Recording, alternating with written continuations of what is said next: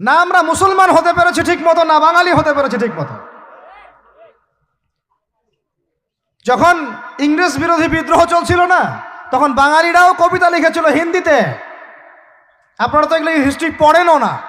তখন তারা বলতেন, একটা স্লোগান দিতেন, সরফরোশি কি তামান্না আব হামারে দিল মে হ্যায়, দেখনা হ্যায় জোর কিতনা বাজু এ কাতিল মে হ্যায়। বুঝেন না এই কথা?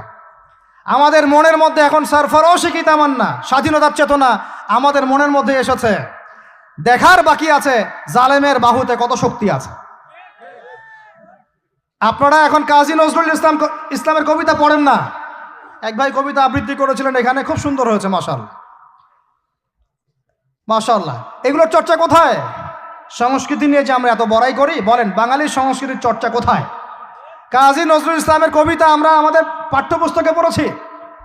ওমর রাদিয়াল্লাহু আনহুকে নিয়ে কবিতা ছিল, মনে আছে?